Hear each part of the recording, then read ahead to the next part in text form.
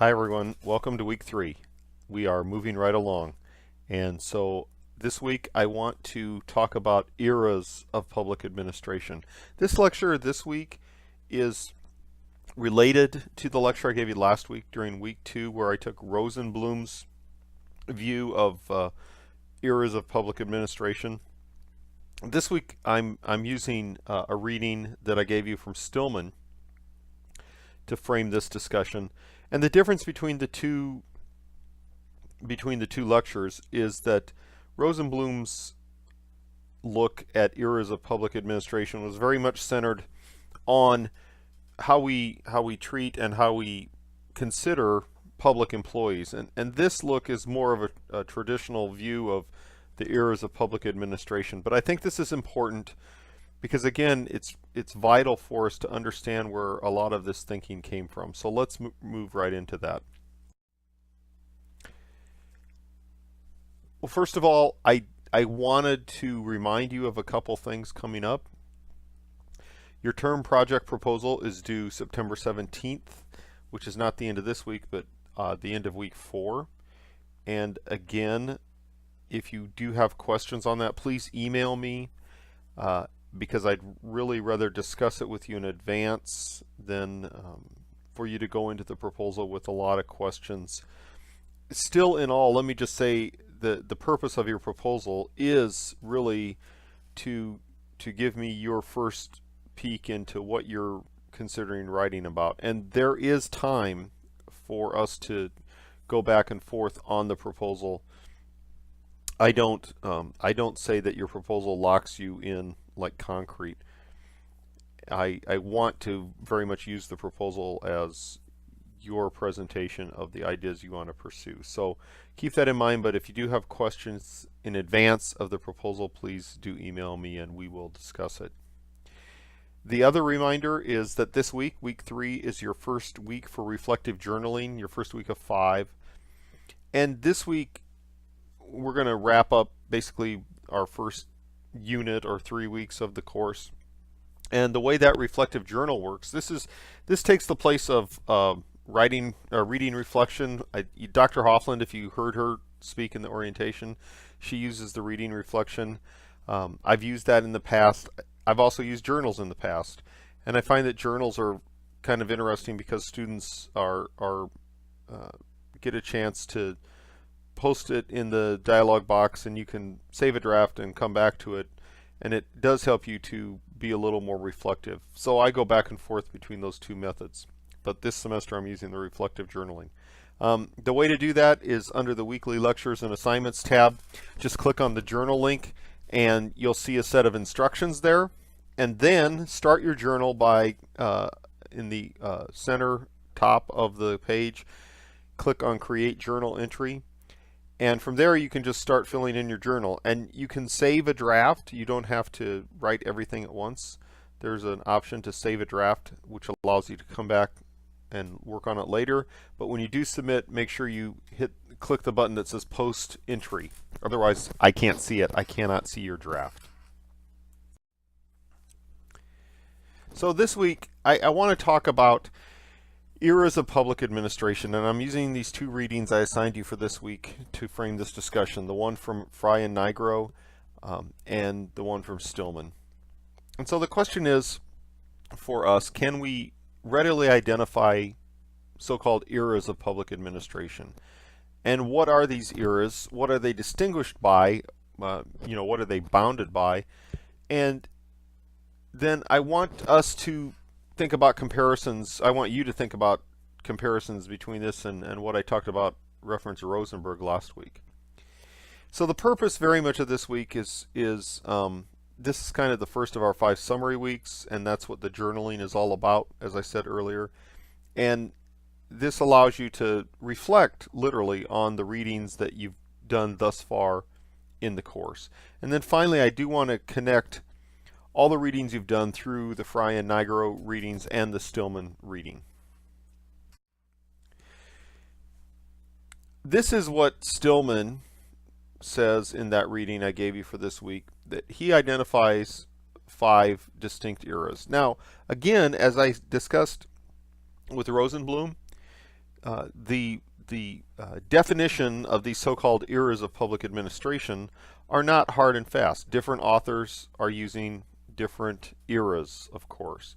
So public administration, like all fields of academic endeavor, is very much in flux much of the time, and the thinkers in the field are constantly refining what we think about our own history, our own intellectual history, and where we think we're going. But Stillman comes up with these 4 eras. Personally, I would have broken the last era into a couple more movements, and you'll see as we go along through the course that we're going to talk about some of these later movements because they're important as we look at the last, say, 20 years of public administration thinking. There have been some major thought changes in the way we approach public administration, but nevertheless, these eras are really helpful as you think about where we've been and where we're going. So here's the 4 eras that Stillman comes up with: the Posdecorb orthodoxy, he calls it, the social science heterodoxy, the reassertion of democratic idealism, and the Refounding movement. So let's talk about each of these in a little more detail. Okay, first of all, what is this thing called Posdecorb? Posdecorb is an acronym that really is credited to Luther Gulick in the 1930s. And it stands for planning, organizing, staffing, directing, coordinating, reporting, and budgeting. And really, this is a direct descendant of the politics-administrative dichotomy. Here's that term again. This term that we should constantly be thinking about and what it means. Even though people say there is no such thing, some people say, well, there really is such a thing, and we should think about it. Recall that Wilson, the reading we did, Woodrow Wilson, way back in 1887, and along with him, Goodnow, which I had you read, in 1900, Wilson called for a science of administration, and both Wilson and Goodnow had identified this dichotomy between what they called politics and what they called administration.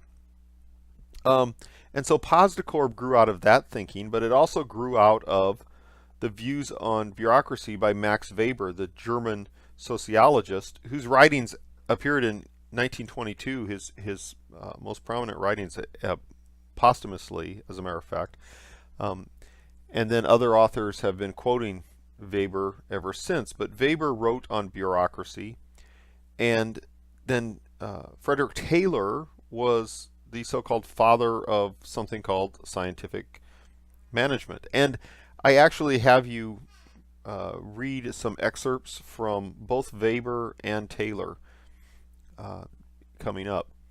And so what all these thinkers were talking about was really a normative theory of organization. So we all understand the difference between normative theory, which is we're saying this is how things should be, and empirical theory, which is what we observe.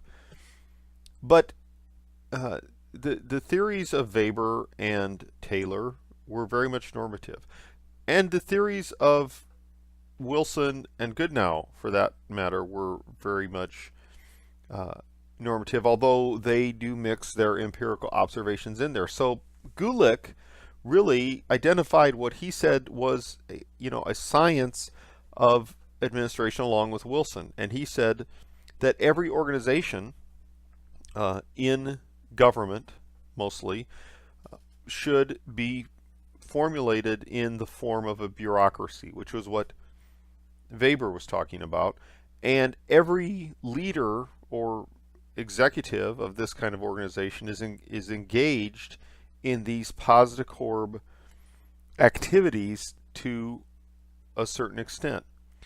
And the higher up in the organization you went, the more you were absorbed by Posdecorb. So what Gulick was really saying, and recall Gulick really was very much a contributor to the New Deal. He was very much involved in really the modernization of the office of the president, which which occurred during the administration of Franklin Delano Roosevelt. And Gulick basically said if an effective administrator in a bureaucracy could do these pos de corp tasks right, then by by definition, the organization would be effective. And so this is the orthodoxy. Basically, this this kind of orthodoxy drove, to a large extent, some of the reorganization in the office of the president that occurred during FDR's administration. And we'll see that later as I have you read an excerpt from something called the Brownlow Committee, which was a committee formed that really did actually bring about what we think of as the modern office of the presidency. So this was this era in the 1930s, say, to the 1940s. And we talked about some of this. These antecedents to pos de corp. So Frederick Taylor in Scientific Management. Taylor is very influential. He wrote on scientific management in 1912, and what was he saying? What Taylor was really saying was that every organization, and he was talking about government organizations, he was talking about factories, he was talking about maybe a railroad, any kind of organization or corporation. He said that basically what needed to be done in the modern industrial era was we needed to move away from this idea that craftsmen did their job based on rules of thumb and private knowledge that they held in their minds. He said it was possible to have a one best man for the job. That was his term, one best man for the job. And that the idea of the organization was to recruit this one best person for each job. And then he said the ideal ratio of management to workers was about 1 to 3. So basically, if you think of this as a bureaucracy, this pyramid bureaucracy, you know, there's workers, and then there are first level supervisors, and then there are mid-level supervisors and executives. And the whole idea of the organization was to operate scientifically so that the most effective outputs would be developed. So it's very much opposed to kind of the old agricultural model that the United States had lived in, where, say, a farmer was effective because that farmer had the knowledge of, you know, soil conditions and local climatology in their heads from a lifetime of experience. Taylor would probably support more corporate farming, where a large corporate farm was based more on what he would consider science. And so the other pos de corp antecedent is Max Weber, another very influential person. Actually, Max Weber was far more influential after his death, but he wrote on in Germany, and then his work was widely translated. He wrote on the characteristics of bureaucracy. He believed that a bureaucracy was a very much rule-bound organization, and that the role of the official or the office, when he says office, he means the title or job, that these organizations were bound by certain rules that everyone followed. And so I have you read in a couple of weeks, I think, Weber and his views of bureaucracy. So both these things were very influential in the development of pos de corp. And yeah, I forgot I had this slide in here. So these are the 4 main rules that Weber came up with. Again, bureaucracy is governed by a set of fixed and ordered rules, that there are regular activities distributed in a fixed way as official duties, that the authority to give commands is distributed in a stable way and is strictly delimited by the specific coercive means given to officials, and that only persons who have specified qualifications may serve in the bureaucracy. So the interesting thing about connecting Weber to pos de corp and then Weber back to Wilson is this is kind of what Wilson had in mind. Wilson had in mind a administrative core, if you will. He believed that really what the should happen in U.S. government, and it did happen really to a great extent, is that there should be a professional core of administrators disconnected from the political process. In other words, disconnected from patronage or the spoils system, which had come about in the United States, and that this professional core was trained and educated and was operating given a set of fixed rules. And so think of really sort of a quintessential or stereotypical military organization, and this is what Weber had in mind for bureaucracy. So again, Gulick in 1937 said that this is a science. It's really, he says science, but I actually think it's more akin to a technical endeavor, say civil engineering, where how to pour concrete into a footing, and if properly applied, the building will be supported. So these are how Gulick defined these positive elements. He said planning was the broad outline of what needed to be done. Organizing is the establishment of formal structure. Staffing is the recruitment, training, and retention of the right people. Directing was continuous decision-making process. Coordinating was coordinating your organization as a leader with another organization to make sure that all the efforts were going the right way. Reporting, again, is just basically what it sounds like, up and down the chain of command. And budgeting is an inherent responsibility of this leader. So again, this orthodoxy did help shape much of the bureaucracy of the New Deal and World War II era. But then post-World War II, along comes some other thinkers, and I have you read some works. I actually have you read excerpts from the works of all these thinkers, Dahl, Simon, Waldo, who challenged the tenets of this positive orthodoxy. And so this era from 1947 to 1967 is called social science heterodoxy, just because the word heterodoxy means there's more than one way of looking at things. So Dahl, immediate post-World War II, said that one of the problems with this politics administration dichotomy was that it's really not possible in his mind to create this sterile barrier between politics and administration, because administrators are involved to some extent in politics, and political people are involved in administration. So where the barrier is very permeable. That was one of the three problems he picked out. A second problem that Dahl had was that he said, this view of humans operating in bureaucracies was not necessarily factual. I mean, the Weberian view of a bureaucracy and the Gulickian view, if you will, depends very much on the idea that these people working in the bureaucracy are rational human beings who are making rational choices all the time, or what they would define as rational choices. But that's not necessarily the way people work, as we know. I mean, there are all kinds of reasons why people do the things they do, and that's no exception within a bureaucracy. And then he said, Dahl said that really there's this misunderstanding of cultural context.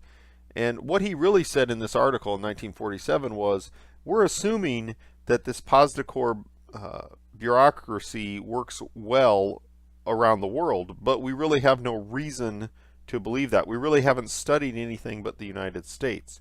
And so that was his criticism of the orthodoxy, that it might have worked worldwide, but he thought it was at least worth the look to see if it did work. Herbert Simon in 1947 was very damning of the orthodoxy. He wrote this article called Proverbs of Administration. Basically what he said was, you know, a lot of what Gulick came up with is probably good ideas, but they weren't science. They were just aphorisms or proverbs. And he said, along with Dahl, that what we should be looking at in our bureaucracies, in our organizations, is how humans actually operate. What is our view of the individual? And he said that individuals are rational, but they're boundedly rational. That is, that they're able to make decisions in a bounded way, and they don't always have all the information they need. And so we have to accept that. And then finally, Waldo said that the real thing that we need to do in public administration is move beyond our narrow thinking, and we need to be more inclusive of all the sciences, social sciences and physical sciences, to understand the relationships that exist in public organizations, to understand how we fit into the larger scheme of things. We can't just assume that we can have a set of laws that apply within a bureaucracy and everything will work out okay. So he was calling for a broader scope of knowledge. And then following this era comes this idea of reassertion of democratic idealism. We spend 1 week in the course talking about new public administration.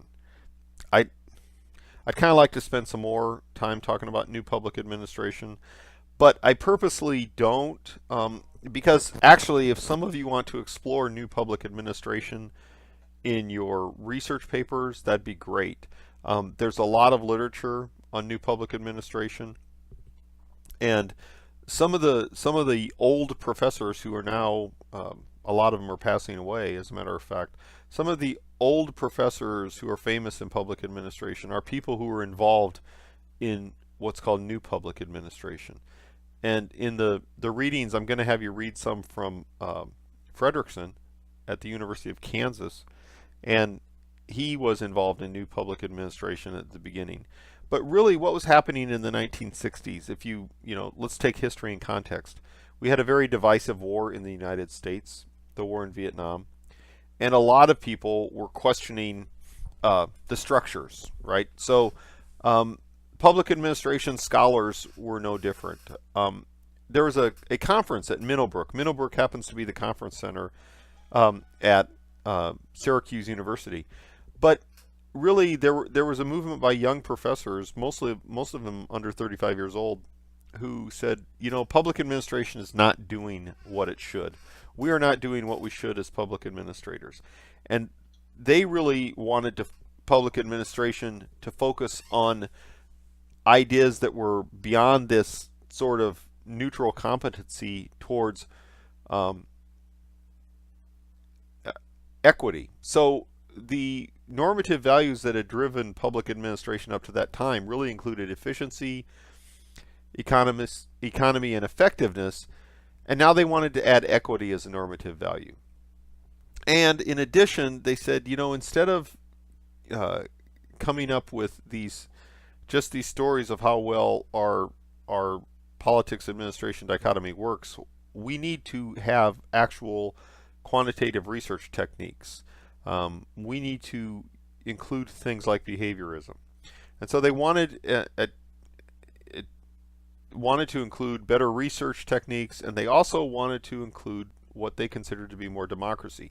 At the same time, beginning in the 70s, the work of Osterman Ostrom was key here, and that's an optional reading for later on, but Osterman Ostrom really helped launch in public administration the idea of public choice. And that was along with some other writers like Thibault and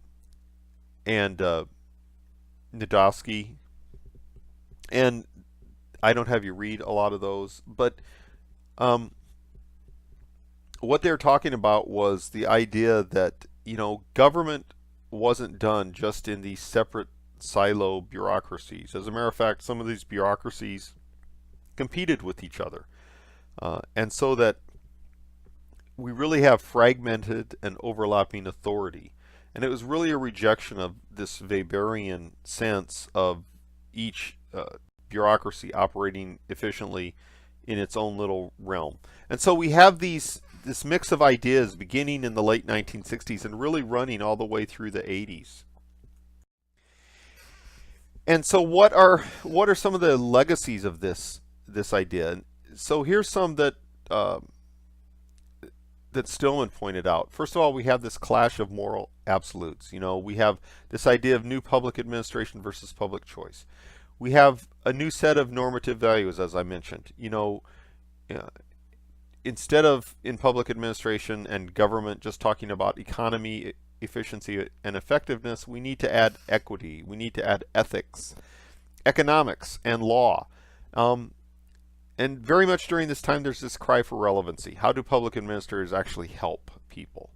And then there is this decline of the generalist public administration. And this really is carried over to today, where we have our academic career field is really split into a lot of specialties. And I think a lot of you who work for governments have seen this same thing operating, especially at the city government, for example.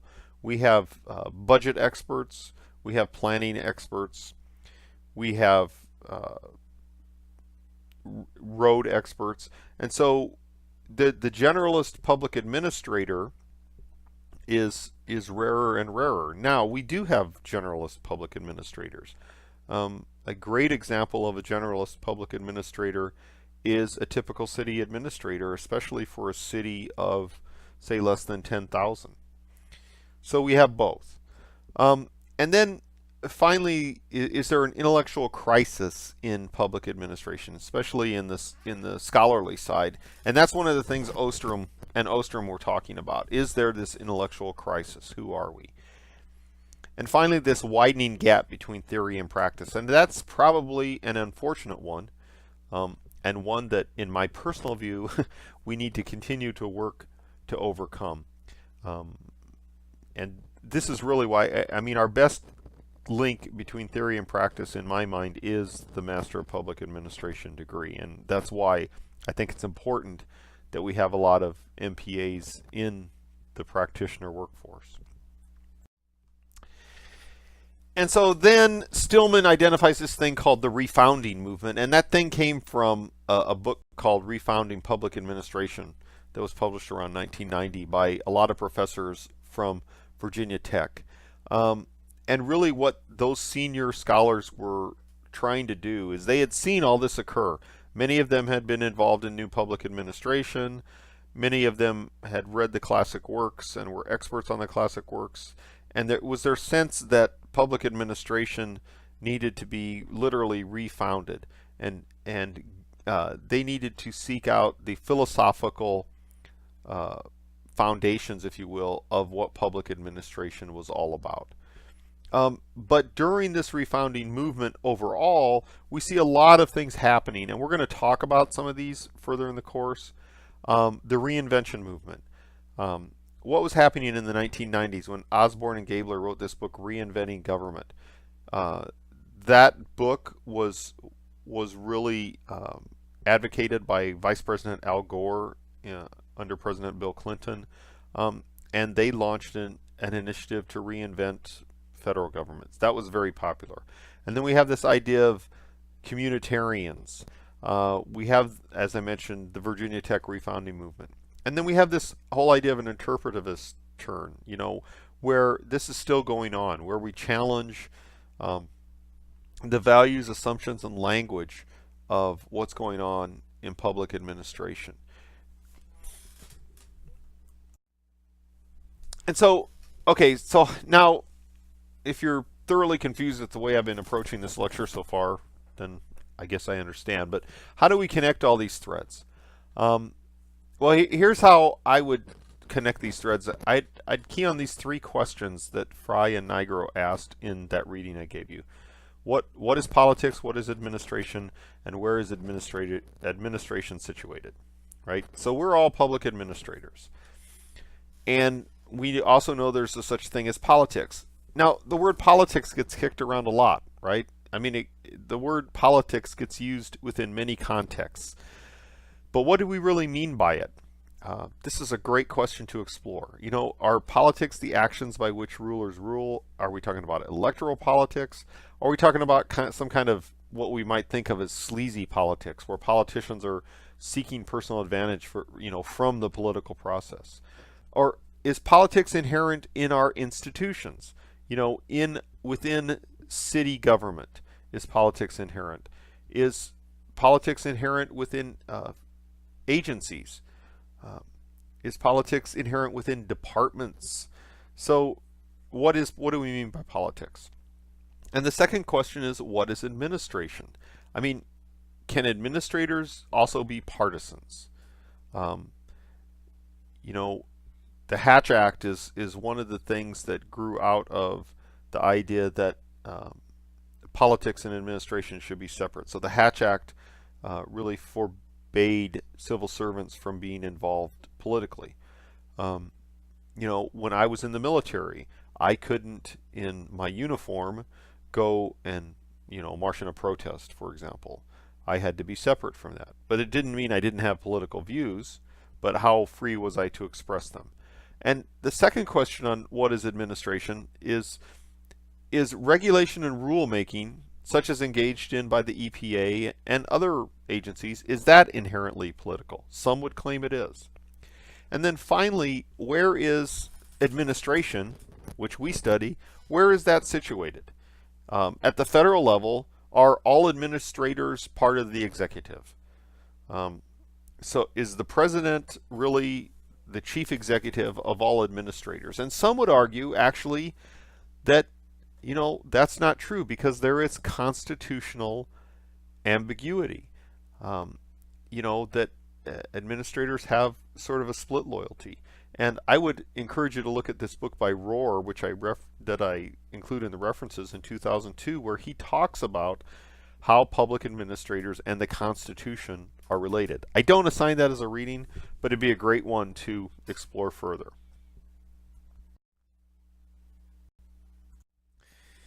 So, for this week, there's a couple things I want you to think about. One is, I want us to think about how this concept of the politics-administration dichotomy continues to influence our thinking in public administration. So in your journal, I ask you, I think, about 3 or 4 questions that I want you to reflect on. And then in the discussion, I want you to pick apart one of those. And specifically, I want you to talk about the implications that this concept, this politics-administration dichotomy, has for us as public administrators. This idea has been with us for a long time. It will continue to be with us because it has very many implications for us in a practical sense. So the other thing I want you to take from this lecture, and I'm 33 minutes in, looking at my clock, and so I want to wrap it up, but I'm hopeful that our survey of the literature has given you ideas on your term paper, because the idea of the term paper is to explore a topic more in depth. And I don't have time, and we don't have time in this course, in the foundations course, to get really, really in depth on any one of these things, because the idea of the course is literally to give you foundations so that you'll understand the rest of your coursework. But what I really want you to do with your term paper is to get more in depth on a topic. So hopefully these first 3 weeks have given you some ammunition to do that. The next several weeks of the course will do the same. So I'd encourage you, if you're still struggling with the term paper, read ahead a little bit on some of the readings, or just look at what the readings are, and I think those will give you a lot of good ideas on something you want to explore more in depth. So that wraps up the lecture for this week. And before I do wrap it up, again, these are references. I think it's important just to reference our thinking as we move along in a master's degree, so that's why I do this. That's why I do this in these presentations. So again, I'm looking forward to your journals this week, and looking forward to our discussion on the discussion board. Thanks very much.